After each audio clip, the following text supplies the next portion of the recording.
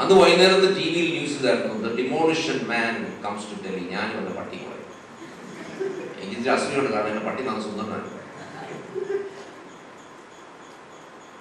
അടുത്ത ദിവസം പത്രത്തിലും അടുത്ത 5 വർഷം കൊണ്ട് ഞാനും എന്റെ 36,000 തൊഴിലാളികളോട് എത്ര കെട്ടിടം ഇടിച്ചു പൊളിച്ചെന്നറിയോ? ഞാൻ ഒരിക്കലും ചേരി ഇടിച്ചു പൊളിച്ചിട്ടില്ല. പാവങ്ങളവിടെ പോകണം. 14,310 കൊട്ടാരങ്ങൾ ഇടിച്ചു പൊളിച്ചു, മാൻഷൻസ്. എല്ലാ പത്രക്കാരും പറഞ്ഞു, ഇതാ ഒരു miracle man, Alphons Kannanthanam, demolition man comes to Delhi. എന്റെ ചോദ്യം ഇത് അത്ഭുതമാണ്, ഒരു ചുക്ക് വരണുണ്ട്. നട്ടലുണ്ടോ, തീരുമാനമെടുക്കാനുള്ള ധൈര്യമുണ്ടോ? ഒന്നുമല്ല. ഇപ്പൊ പരമേശ്വരജി എന്നോട് പറയാ, അൽഫോൺസ് കണ്ണന്താനം ഈ കെട്ടൊന്ന് ഇടിച്ചു പൊളിക്കുമെന്ന് ചോദിച്ചാൽ എനിക്ക് 3 മിനിറ്റ് പണിയുള്ളൂ, 3 minutes. ഈ സ്റ്റീൽ ഇടിച്ചു പൊളിക്കേണ്ട കാര്യമില്ല. ഒരു പില്ലർ അവിടെ ഇടിച്ചു പൊളിക്കുന്നു, ഒരു പില്ലർ അവിടെ ഇടിച്ചു പൊളിക്കുന്നു, ഒരെണ്ണം അവിടെ, ഒരെണ്ണം ഇവിടെ, 4 മിനിറ്റ് ഇതാ മൊത്തം കിട്ടുന്നതാണ് അല്ലേ? Very easy, no? Very simple. അപ്പൊ ഇതിനകത്തൊന്നും അത്ഭുതമില്ല. 14,310 കൊട്ടാരങ്ങൾ ഇടിച്ചുകൊണ്ട് എല്ലാവരും വിശ്വസിക്കുന്ന അത്ഭുതമാണ്. അതൊന്നും അത്ഭുതമില്ല അല്ലേ? ഇതിനിടയ്ക്ക് എന്റെ ഭാര്യയെ മാഫിയ അടിച്ചു, മരിച്ചു എന്ന് പറഞ്ഞ രക്തക്കളത്തിൽ ഇട്ടിട്ട് പോയി. അതിലെ ലക്കിന് ഒരു പോലീസ് വണ്ടി വന്ന് കുത്തിക്കൊണ്ട് എടുത്തോണ്ട് പോയി. ജീവിച്ചിട്ടുണ്ട്, തലയിൽ 7 കുത്തിക്കിട്ടു. എന്നെ മക്കളെ അടിച്ചു. എനിക്കൊരു 10 പ്രാവശ്യം പണി കൊണ്ടു എന്റെ വണ്ടിക്കിട്ട്. എന്റെ ദേഹത്തൊന്നും കൊണ്ടിട്ടില്ല. എനിക്ക് തോക്ക് കിട്ടിയപ്പോൾ 153 കൊള്ളലുണ്ടായിരുന്നു, ഇന്നും 153 കൊള്ളലുണ്ട്. ജീവിതം, ലൈഫ് ഈസ് വെരി എക്സൈറ്റിംഗ്. ഞാൻ മോദിയുടെ വലിയൊരു അഡ്മയർ. എന്തുകൊണ്ടാണ്? ഈ രാജ്യത്ത് നട്ടലുണ്ട് എന്ന് തെളിയിച്ചിരിക്കുന്ന ഒരു രാഷ്ട്രീയക്കാരനുള്ള ഒരു മനുഷ്യൻ മോദിയാണ്.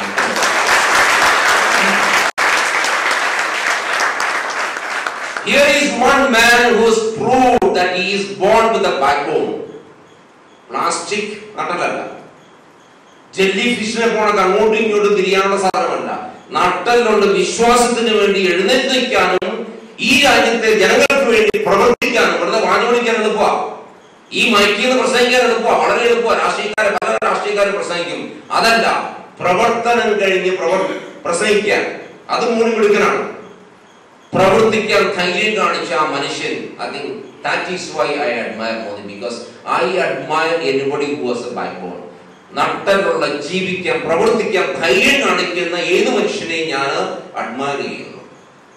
I admire. അങ്ങനൊരു മനുഷ്യൻ ഇന്ത്യക്ക് വേണം. രണ്ടാമത്തെ കാര്യം എന്തുകൊണ്ടാണ്?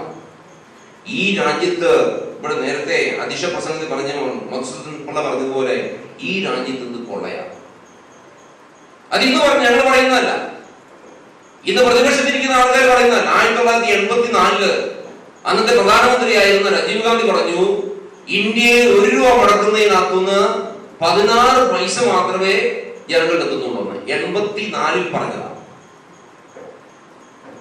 2013 അത് 16 പൈസയിൽ 6 പൈസ പോലും ഇത് ജനങ്ങളിൽ എത്തുന്നില്ല എന്നുള്ളതാണ് അതിന്റെ സത്യം. Not even 6 paisa is reaching the people. ആരോ ഉറപ്പാണ്? വിദ്യാഭ്യാസത്തിന് കുറവാണോ? പലരും പറയും, ഞാൻ മിനിഞ്ഞാന്ന് കോയമ്പത്തൂർ MBA കോളേജ് പ്രസംഗിക്കാൻ അവരൊക്കെ പറഞ്ഞു, സാറേ ഇതൊക്കെ രാഷ്ട്രീയക്കാരുടെ വിദ്യാഭ്യാസ കുറവുകൊണ്ട് സംഭവിക്കുന്നതല്ലേ? ഞാൻ പറഞ്ഞ ഒറ്റ തെളിവ് മാത്രം മതി. മൻമോഹൻ സിംഗ് ഓക്സ്ഫോർഡ് യൂണിവേഴ്സിറ്റിയിൽ നിന്ന് ഗോൾഡ് മെഡലിസ്റ്റാണ്. വേറെ മറുപടിയൊന്നും വേണ്ട. വല്ല കാര്യമുണ്ട്? ഓക്സ്ഫോർഡ് യൂണിവേഴ്സിറ്റിയിൽ നിന്ന് ഏറ്റവും ബ്രില്യന്റ് സ്റ്റുഡന്റ് ആയിരുന്നു മൻമോഹൻ സിംഗ്. വല്ല ഗുണമുണ്ടോ രാഷ്ട്രീയത്തിന്? വിറ്റ് കുളമാക്കിയില്ലേ? ഡിസ്ട്രോയ്. ഞാൻ അഴിമതിയുടെ കണക്കൊക്കെ പറഞ്ഞ കുറെ സമയം എടുക്കും. കോൾഗേറ്റും മറ്റേതും മറിച്ചും അതെനിക്കൊന്നും കണക്കെല്ലാം നിങ്ങൾക്കറിയാം. നേരത്തെ ഇവിടെ പ്രസംഗം പറഞ്ഞുകൊണ്ട് ഒരു കാലത്ത് 4-5 വർഷം മുമ്പ് വാൾസ്ട്രീറ്റ് ജേർണലും വാഷിംഗ്ടൺ പോസ്റ്റും ഒക്കെ എഴുതിയതാണ്, 2025 ആകുമ്പോഴത്തേക്കും ചൈനയും ഇന്ത്യയും ആയിരിക്കും ലോകത്തിലെ ഏറ്റവും വലിയ സാമ്പത്തിക ശക്തികൾ അമേരിക്ക കഴിഞ്ഞാലെന്ന് പറഞ്ഞതാണ്. 2050 ആകുമ്പോഴത്തേക്കും ഇന്ത്യയും ചൈനയും അമേരിക്കയും വരെ ഓവർടേക്ക് ചെയ്യും GDP എന്ന് വരെ പറഞ്ഞ പത്രങ്ങളുണ്ട്. വാൾസ്ട്രീറ്റ് പറഞ്ഞതാ. ഇന്ന് നമ്മൾ എവിടെയാണ് നിൽക്കുന്നത്? വേറെ ഈ എങ്ങുമല്ല. 2 ആഴ്ച മുമ്പ്, ഏകദേശം 3 ആഴ്ച മുമ്പായിരുന്നു, ന്യൂയോർക്ക് ടൈംസിന്റെ ലീഡ് ആർട്ടിക്കിൾ ഇതായിരുന്നു. എന്റെ ഫോണിലുണ്ട്, വേണം വായിച്ചു കേൾപ്പിക്കാൻ. ലീഡ് ആർട്ടിക്കിൾ, തകർന്നിരിക്കുന്ന സാമ്പത്തിക സ്ഥിതി എന്നായിരുന്നു ഇന്ത്യയെ പറ്റി എഴുതുക. തകർന്നിരിക്കുന്നു, ഇന്ത്യ ഈസ് റെക്ട് ഇൻഡസ്ട്രി. ഞാൻ ഇതിനെപ്പറ്റിയൊക്കെ ഈടാണെങ്കിൽ എഴുതാറുണ്ട് ടൈംസ് ഓഫ് ഇന്ത്യയിലൊക്കെ. എങ്ങോട്ടാ പോക്ക്? ഒരൊറ്റ ഇൻഡിക്കേറ്റർ മാത്രം ഞാൻ പറഞ്ഞോട്ടെ. നമ്മുടെ ഇന്ത്യയുടെ ക്യാപിറ്റൽ ഗുഡ്സ് പ്രൊഡക്ഷൻ എന്ന് പറഞ്ഞാല് പുതിയ വ്യവസായം തുടങ്ങാൻ ഉപയോഗിക്കുന്ന യന്ത്ര സാമഗ്രികളുടെ പ്രൊഡക്ഷൻ കഴിഞ്ഞ 40 മാസമായിട്ട് എല്ലാ മാസവും അതിന്റെ പ്രൊഡക്ഷൻ കുറഞ്ഞുകൊണ്ടിരിക്കുക. ഒറ്റ ഇൻഡിക്കേറ്റർ മാത്രം ഞാൻ നിങ്ങളോട് പറയുന്നത്. ഞാൻ സാമ്പത്തിക വിദഗ്ധനായതുകൊണ്ട് എനിക്ക് 100 ഫിഗേഴ്സ് കൊടുക്കാൻ, ഒറ്റ ഫിഗർ മാത്രം. പുതിയ വ്യവസായം തുടങ്ങാൻ ഉപയോഗിക്കുന്ന യന്ത്ര സാമഗ്രികളുടെ പ്രൊഡക്ഷൻ, ക്യാപിറ്റൽ ഗുഡ്സ് പ്രൊഡക്ഷൻ കഴിഞ്ഞ 40 മാസമാണ് കുറഞ്ഞുകൊണ്ടിരിക്കുക. എന്റെ അർത്ഥം എന്താ? ഇന്ത്യയിൽ ഒരൊറ്റ വ്യവസായം പോലും തുടങ്ങുന്നില്ല. നത്തിങ്. എന്തുകൊണ്ടാണ്? ഇവിടുത്തെ ആൾക്കാർക്ക് കോൺഫിഡൻസ് ഇല്ല, വിദേശികൾക്ക് കോൺഫിഡൻസ് ഇല്ല, ആർക്കും ഇന്ത്യയിൽ കോൺഫിഡൻസ് ഇല്ല. എന്തുകൊണ്ടാണ്? We have destroyed India. എന്തുകൊണ്ടാണ്? ഭരണം നടക്കുന്നില്ല, കൊള്ള നടക്കുന്നു, ഭരണം നടക്കുന്നില്ല. രണ്ട് കാര്യങ്ങൾ, ഇതാണ് പ്രധാന കാര്യങ്ങൾ. കൊള്ള, ഇതുപോലെ അഴിമതിയുള്ള ഒരു ഭരണം ഇന്ത്യൻ ചരിത്രത്തിലോ ലോകത്തിന്റെ ചരിത്രത്തിലോ എവിടെയെങ്കിലും നടന്നിട്ടുണ്ടോ? ഉണ്ടോ? ഇതാ ലേറ്റസ്റ്റ് കേസ് എടുത്തോളൂ. കോൾഗേറ്റ് കോർ സെക്രട്ടറിയെ പ്രതിയാക്കി എടുത്തിരിക്കുന്നു, FIR രജിസ്റ്റർ ചെയ്തിരിക്കുന്നു. അതിനകത്ത് ആരാ ഫയൽ ഒപ്പിട്ടതാരാ? Mister Manmohan Singh. Coal minister ആയിരുന്ന മൻമോഹൻ സിംഗ് ആണ് തീരുമാനമെടുത്തിരിക്കുന്നത്. പക്ഷെ മൻമോഹൻ സിംഗിനെ പ്രതിയാക്കിയിട്ടില്ല. എന്തുകൊണ്ടാണ്? ഇതെന്താ വെള്ളരിക്കപ്പെടണോ? അദ്ദേഹം പറഞ്ഞു എന്നെ പ്രതിയാക്കിക്കോ. പക്ഷെ ഈ ഫയൽ ആരാ അപ്രൂവ് ചെയ്തത്? മൻമോഹൻ സിംഗ്. ഓരോ കേസ് എടുത്താലും ഞാൻ ഡൽഹി താമസിക്കുന്ന ആളാണ്. ഡൽഹി ഏതാണ് എന്റെ ഹോം ടൗൺ കണക്കാണ്. കാരണം എന്റെ പിള്ളേർ വളർന്നു, ഞാൻ അവിടെ കമ്മീഷനായിരുന്നല്ല. അവിടെ നടക്കുന്ന കാര്യം എനിക്ക് ആരുമല്ല അറിയാം. ഇത്രയും ഒരു കൊള്ളരുതായ്മ ഭരണം നടക്കുന്ന വേറെ ഒരു രാജ്യവും ലോകത്തില്ല. We have destroyed, we have finished. ഇന്ത്യക്ക് വേണ്ടത് ജനങ്ങളുടെ സ്വത്ത് കക്കാത്ത ഒരു മനുഷ്യൻ. ഏത് രാഷ്ട്രീയക്കാരനാണ്? You tell me. കക്കാത്ത മനുഷ്യൻ മാത്രം പോരാ. നമ്മുടെ പഴയ മുഖ്യമന്ത്രിയായിരുന്ന AK ആന്റണി ഓണസ്റ്റ് ആണ്. അദ്ദേഹം കക്കൂല, എനിക്കറിയാം. പക്ഷെ കൂടെ നിൽക്കുന്നവർ മൊത്തം കക്കും. അദ്ദേഹം ഇവിടെ മുഖ്യമന്ത്രി ആയിരിക്കുമ്പോൾ കൂടെ ഉണ്ടായിരുന്ന ഇന്നാണ് ഇന്ത്യ ഡിഫൻസ് മിനിസ്റ്റർ. ഡിഫൻസ് മൊത്തം കട്ടുകൊണ്ടിരിക്കുക. അദ്ദേഹം കക്കിയില്ല. അദ്ദേഹം ഓണസ്റ്റ് മാനാണ്. I know. Is a saint Antony. വല്ല കാര്യമുണ്ടോ?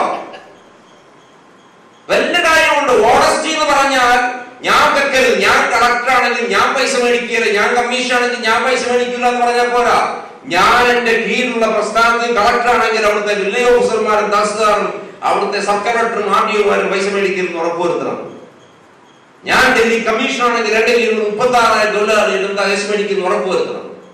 ഞാൻ കേരളത്തിന്റെ ലാൻഡ് റവന്യൂ കമ്മീഷണർ, അവിടുത്തെ കളക്ടർമാര് കാശ് മേടിക്കരുത്, തഹസിൽദാർ കാശ് മേടിക്കരുത്, ഞാൻ ഉറപ്പുവരുത്തും. ഞാൻ ഉറപ്പ് വരുത്തിയാണ് ഇരുന്നപ്പോൾ ഇന്ത്യയുടെ പ്രധാനമന്ത്രിയായിരുന്നെങ്കിൽ ഞാൻ ഓണസ്റ്റാണ്, ഞാൻ പരിശുദ്ധമാണ്, കാശ് തൊടുവില്ല എന്ന് പറഞ്ഞാൽ പോരാ. അദ്ദേഹത്തിന്റെ ക്യാബിനറ്റിലുള്ള ആൾക്കാരെ കാശ് മേടിക്കൂല എന്ന് അദ്ദേഹത്തിന് ഉറപ്പുവരുത്തിയില്ലെങ്കിൽ ഹി ഈസ് കറപ്റ്റ്. അദ്ദേഹത്തിന്റെ ടീം കാശ് മേടിക്കുന്നുണ്ടെങ്കിൽ അദ്ദേഹം കറപ്റ്റാണ്. He is corrupt. Sorry mister Oommen Chandy, നിങ്ങൾ ഓണസ്റ്റ് ആണെന്ന് പറയുന്നു. നിങ്ങളുടെ ഓഫീസിലെ 3 ഉദ്യോഗസ്ഥന്മാരെ ഇത് അറസ്റ്റ് ചെയ്യുമ്പോൾ, നിങ്ങളുടെ പേഴ്സണൽ സ്റ്റാഫിലെ 3 പേരെ അറസ്റ്റ് ചെയ്തിരിക്കുമ്പോൾ നിങ്ങൾ ഓണസ്റ്റ് ആണെന്ന് വരെ പറഞ്ഞിട്ട് കാര്യമുണ്ടോ? വീട് നോക്കാനും ഓഫീസ് നോക്കാനും കഴിവില്ലാത്ത ഒരാൾ മുഖ്യമന്ത്രി ആയിരുന്നിട്ട് വല്ല കാര്യമുണ്ടോ? ഞാൻ അതിലേക്ക് കൂടുതൽ കിടക്കുന്നില്ല, കാരണം വിശദീകരിച്ചാൽ കുഴപ്പമാണ്. ഓണസ്റ്റി, സോറി, ഞാൻ ഓണസ്റ്റാണ്. നിങ്ങളെ തെരഞ്ഞെടുത്തിരിക്കുന്നത് പേഴ്സണൽ ഓണസ്റ്റിക്ക് വേണ്ടിയല്ല, നിങ്ങളെ തെരഞ്ഞെടുക്കുന്നത് ഭരണാധികാരിയാകാൻ വേണ്ടിയാണ്. സംസ്ഥാനത്തിന്റെ ഉത്തരവാദിത്വം, ഇന്ത്യയുടെ ഉത്തരവാദിത്വം നിങ്ങൾക്ക് തന്നിരിക്കുന്നത് ഇന്ത്യയെ ഭരിക്കാൻ വേണ്ടിയാണ്. നിങ്ങളുടെ പേഴ്സണൽ ഓണസ്റ്റി മാത്രമല്ല, ഇന്ത്യയെ ഭരിക്കാൻ ഏൽപ്പിച്ചിരിക്കുമ്പോൾ നിങ്ങളുടെ കീഴിലുള്ള ഇന്ത്യ രാജ്യം ഭരിക്കുന്നവരെല്ലാം ഓണസ്റ്റ് ആയിരിക്കണം, കക്കില്ലാന്ന് നിങ്ങൾ ഉറപ്പുവരുത്തണം. പ്രിയപ്പെട്ടവരെ, ഇന്നിതാ ഇന്ത്യയിൽ ഒരു സംസ്ഥാനത്ത് ഭരിക്കുന്ന ചീഫ് മിനിസ്റ്റർ മോദി ഭരിക്കുന്ന ഗുജറാത്തില് ഒരൊറ്റ മന്ത്രിമാരും അവിടെ ഭരിക്കുന്ന ഒരൊറ്റ IAS ഉദ്യോഗസ്ഥന്മാരും അഴിമതി ഒരൊറ്റ പൈസ പോലും കൈപ്പോലും മേടിക്കുന്നില്ല എന്ന് എനിക്ക് ഉറപ്പുണ്ട്. He is completely honest man. That's why I support him. പ്രസംഗിക്കുക മാത്രമല്ല, അവിടെ ഉറപ്പുവരുത്തിയിരിക്കുന്നു 10 വർഷമായിട്ട് ഞാൻ ഈ വലിയ റെക്ടറേറ്റിൽ പ്രസംഗിക്കുന്ന ആൾക്കാരല്ല. ഞാൻ റെക്ടറേറ്റാണ്. ഞാൻ ഓൾറെഡി യൂണിവേഴ്സിറ്റി പ്രസംഗ മത്സരത്തിന് 3 വർഷം ഒന്നാമനായിരുന്നു. ഞാൻ പ്രസംഗിക്കാൻ പഠിക്കണം. ഞാൻ മലയാളം പ്രസംഗിക്കാനല്ല കേട്ടോ, ഞാൻ ഇംഗ്ലീഷ് പ്രസംഗിക്കണം. പക്ഷേ കാര്യങ്ങൾ ചെയ്തിട്ട് ഞാൻ പ്രസംഗിക്കുന്നത് വിശ്വസിക്കുന്നുള്ളൂ. മോദി ഇതാ ഉഗ്ര പ്രസംഗമാണ്. ഇന്നിപ്പം ബീഹാറിൽ പ്രസംഗിക്കാൻ 2-3 മണി മുതൽ പ്രസംഗമുണ്ട്. എല്ലാവരും പോയി കാണണം കേട്ടോ. Must go and see, watch it. കാരണം അദ്ദേഹത്തിന്റെ പ്രസംഗത്തിൽ ധാരാളം കാര്യങ്ങൾ പഠിക്കാനുണ്ട്. പക്ഷെ അത്ഭുതം എന്താ, കാര്യങ്ങൾ നടത്തി കാണിക്കുന്നു. എങ്ങനെ അദ്ദേഹം കാര്യങ്ങൾ നടത്തി കാണിക്കുന്നത്? ഒന്നാമത് അദ്ദേഹത്തിന്റെ പേഴ്സണൽ ലൈഫ് സ്റ്റൈൽ. നല്ല മനോഹരമായ കുർത്താകളൊക്കെ ഉണ്ട്. നമ്മുടെ രാഹുലിന്റെ ഏകദേശം ശൈലിയൊക്കെയാണ്. ഞാൻ എന്റെ ഫേസ്ബുക്ക് ഓപ്പൺ ചെയ്ത് ഞാൻ ഇതാ പോസ്റ്റ് ചെയ്യുന്നു. എന്റെ പോസ്റ്റിംഗ് കണ്ടുകൊണ്ട് എന്റെ ഫ്രണ്ട്സ് 5000 പേര് വേറെ അങ്ങോട്ട് ഫോർവേഡ് ചെയ്യുന്നു. ലക്ഷക്കണക്കിന് ആൾക്കാരുടെ 10 മിനിറ്റോട്ട് എത്തുന്നു. ഒരു 5 പൈസയുടെ മുടക്കില്ല. ഉണ്ടോ? ചുമ്മാ മനുഷ്യൻ പറഞ്ഞുകൊടുക്കുക. കോടിക്കണക്കിന് 1000കണക്കിന് കോടി രൂപ മുടക്കാണ്. ഇതാണ് ഒരു മനുഷ്യൻ തീരുമാനിച്ചു ഗുജറാത്ത് നന്നാക്കിയേ പറ്റുള്ളൂ എന്ന്.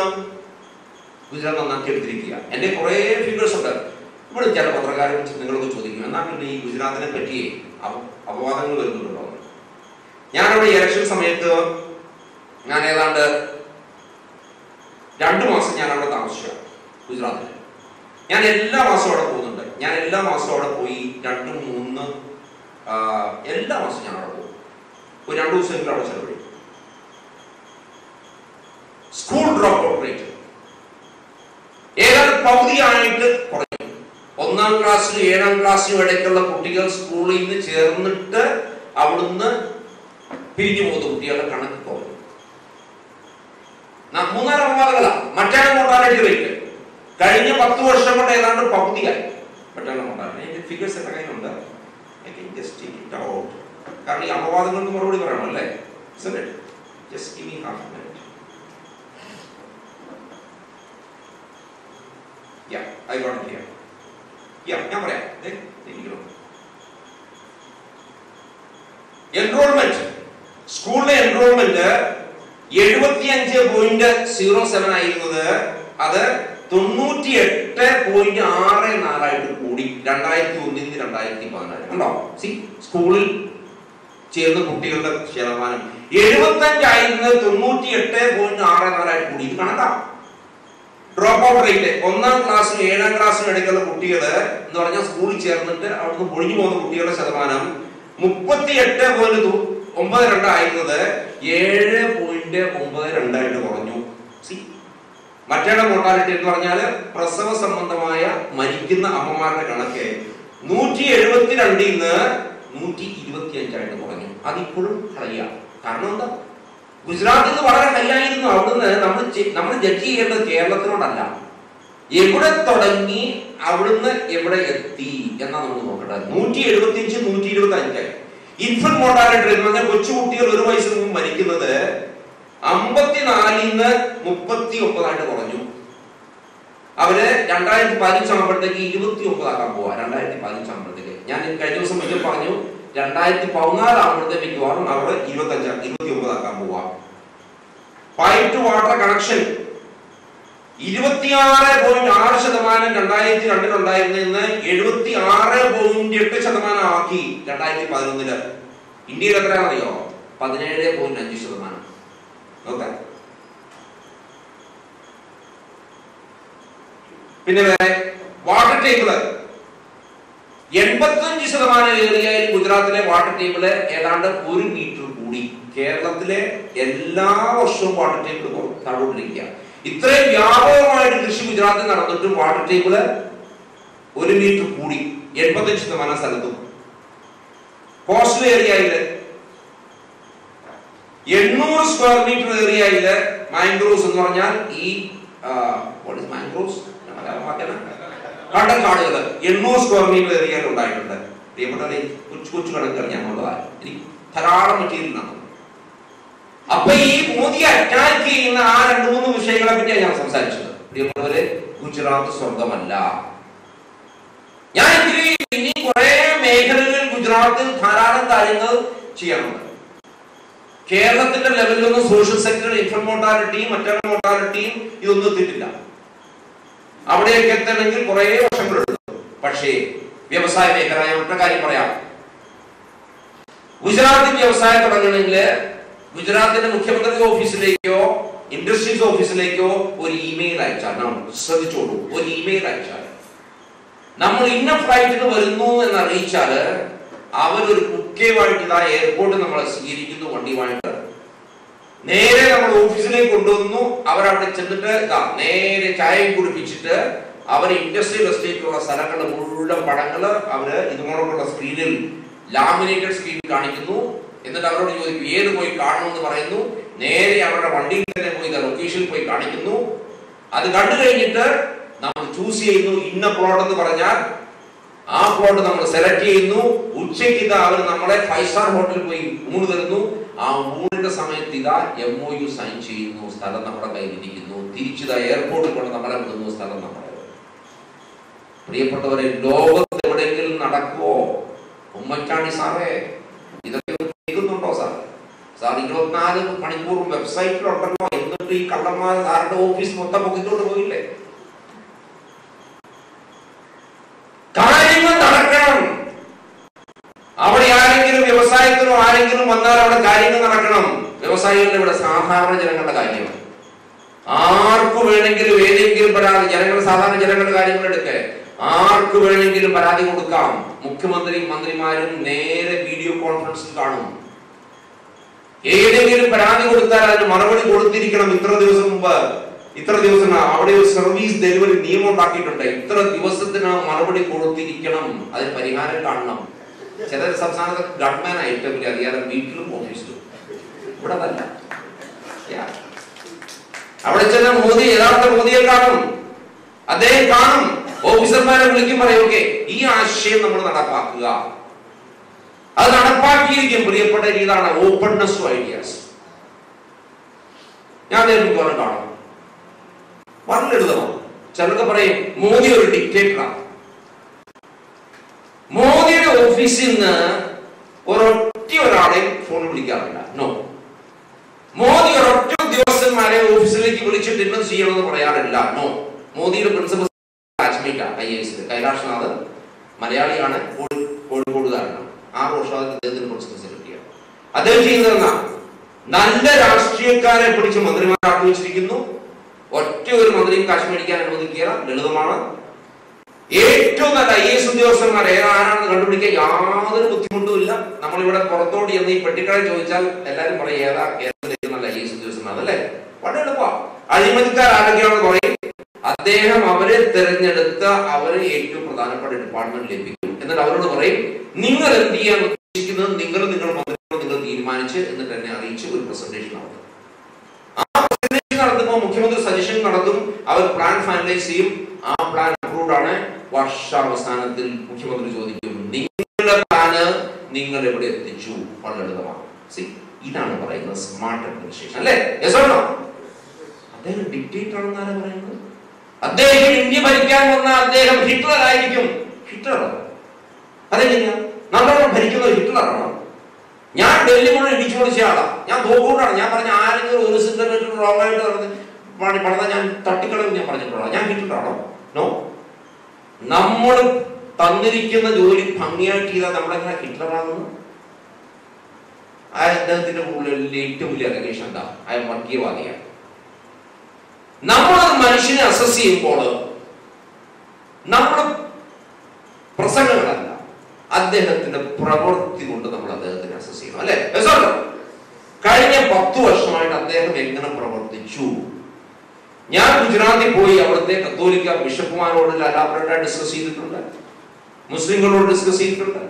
എല്ലാവരോടും ഡിസ്കസ് ചെയ്തു. കാരണം ഞാൻ അവിടെ പോയാൽ, ഒരു സ്ഥലത്ത് പോയാൽ, ഞാൻ അവിടെ ഗസ്റ്റ് ഹൗസിൽ എയർ കണ്ടീഷൻ മുറിയിരിക്കുന്ന ആളല്ല. ഞാൻ എവിടെ പോയാലും ഓട്ടോറിക്ഷ യാത്ര ചെയ്യും. ഓട്ടോറിക്ഷക്കാരോടും പെട്ടിക്കടക്കാരോടും എല്ലാം സംസാരിക്കുന്ന ആളാണ്. പുള്ളി എങ്ങനെയാണ് പ്രവർത്തിക്കുന്നത്? കഴിഞ്ഞ 10 വർഷമായിട്ട് ഗുജറാത്തിൽ എവിടെയെങ്കിലും കലാപങ്ങൾ നടന്നിട്ടുണ്ടോ? നമ്പർ 1. ഏതെങ്കിലും ഒരു വിഭാഗത്തിനെതിരെ പുള്ളി ഏതെങ്കിലും നടപടി എടുത്തിട്ടുണ്ടോ? ഉണ്ടോ? ഏതെങ്കിലും കംപ്ലൈന്റ് ഉണ്ടോ? ഏതെങ്കിലും ക്രിസ്ത്യാനികൾക്കോ മുസ്ലിങ്ങൾക്കോ ആർക്കെങ്കിലും അവിടെ കംപ്ലൈന്റ് ഉണ്ടോ? ഇല്ല. എല്ലാരും പറയുന്നത് മോദി വളരെ ഫെയർ ആയിരിക്കുന്നു, ആരോടും യാതൊരു ദർശനവും കാണിക്കാതെ വളരെ ഫെയർ ആയിട്ട് അഡ്മിനിസ്ട്രേഷൻ നടത്തുന്നു. പക്ഷേ 2002 ഗോദ്ര, ഞാൻ ചോദിച്ചത് ഇന്ത്യയിൽ 31,000 കലാപങ്ങൾ നടന്നിട്ടുണ്ട്. 1947 ശേഷം 31,000 കലാപങ്ങൾ. 1984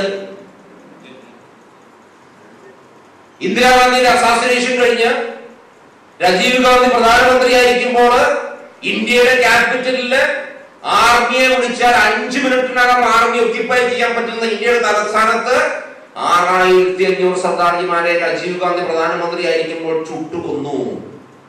എന്നിട്ട് നമ്മൾ ആരും രാജീവ് ഗാന്ധി വർഗീയവാദിയാണെന്ന് പറയുന്നില്ലല്ലോ. എന്തുകൊണ്ടാ? നല്ല സുന്ദരമായ മുഖമുള്ളത്, കോൺഗ്രസ്സുകാരനായിട്ട്, രാജകുമാരനായിട്ടല്ലേ.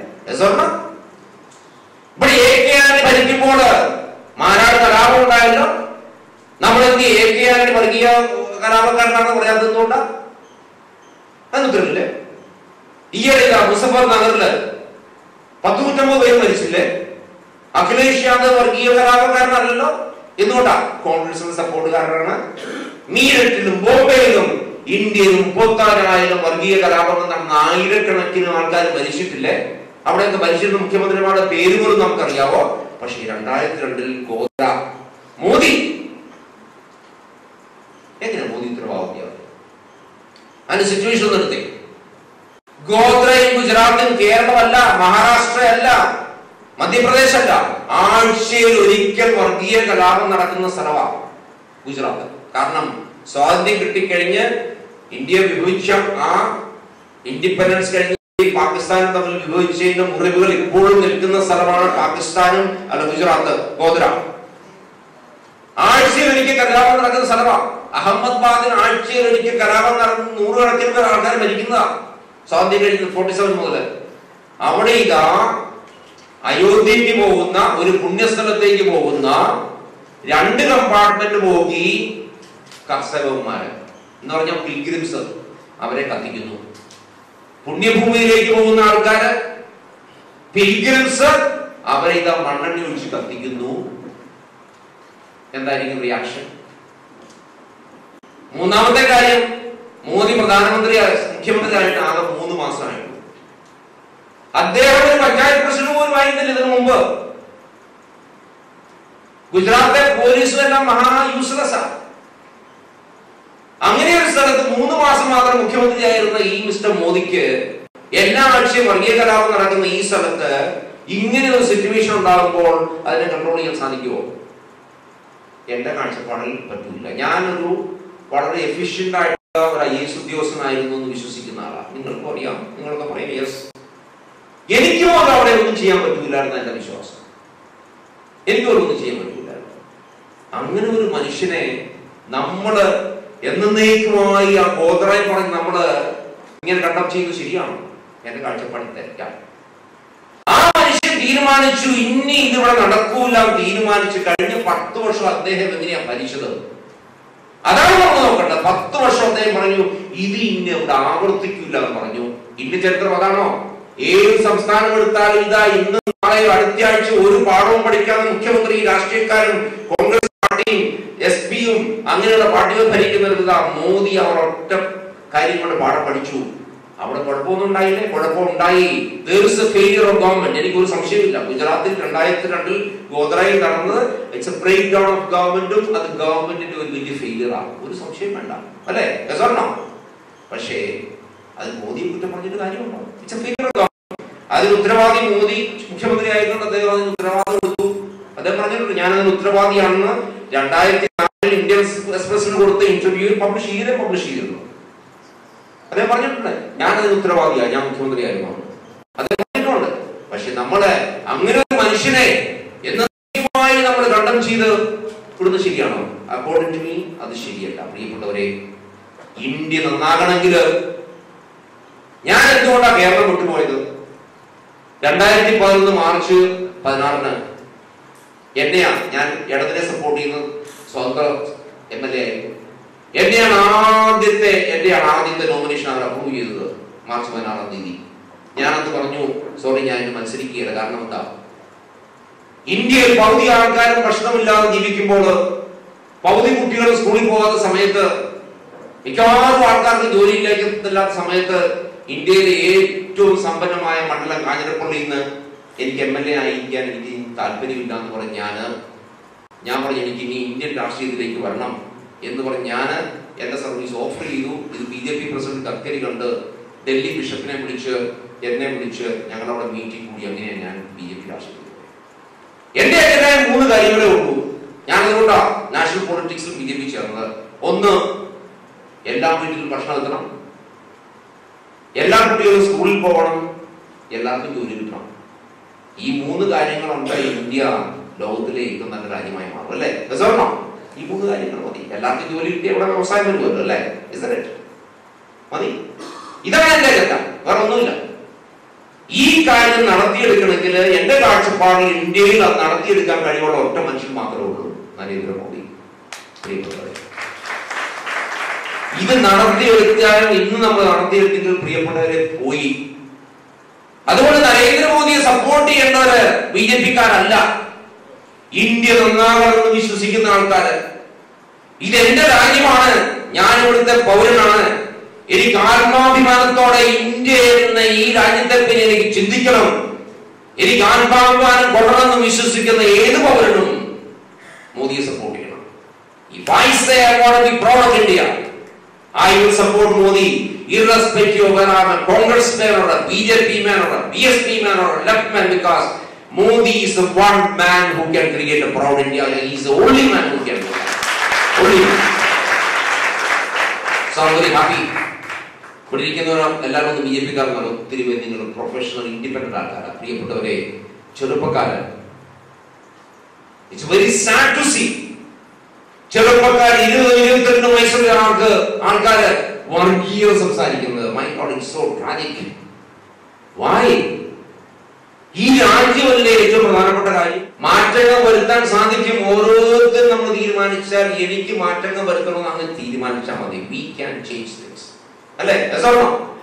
ഈ അടിസ്ഥാന വിശ്വാസം പ്രിയപ്പെട്ടവരെ എന്നെയും മോദിയെയും നിങ്ങളെ ഓരോരുത്തരെയൊക്കെ നയിക്കണം. അതുകൊണ്ടാണ് നിങ്ങളവിടെ വന്നിരിക്കുന്നതിനോ ഈ രാജ്യത്തിൽ മാറ്റങ്ങൾ വരുത്താം. അപ്പൊ പലരും ചോദിക്കും, മോദിക്ക് മാറ്റങ്ങൾ വരുത്താൻ പറ്റുമോ? മോദിക്ക് മാറ്റങ്ങൾ വരുത്താൻ സാധിക്കും.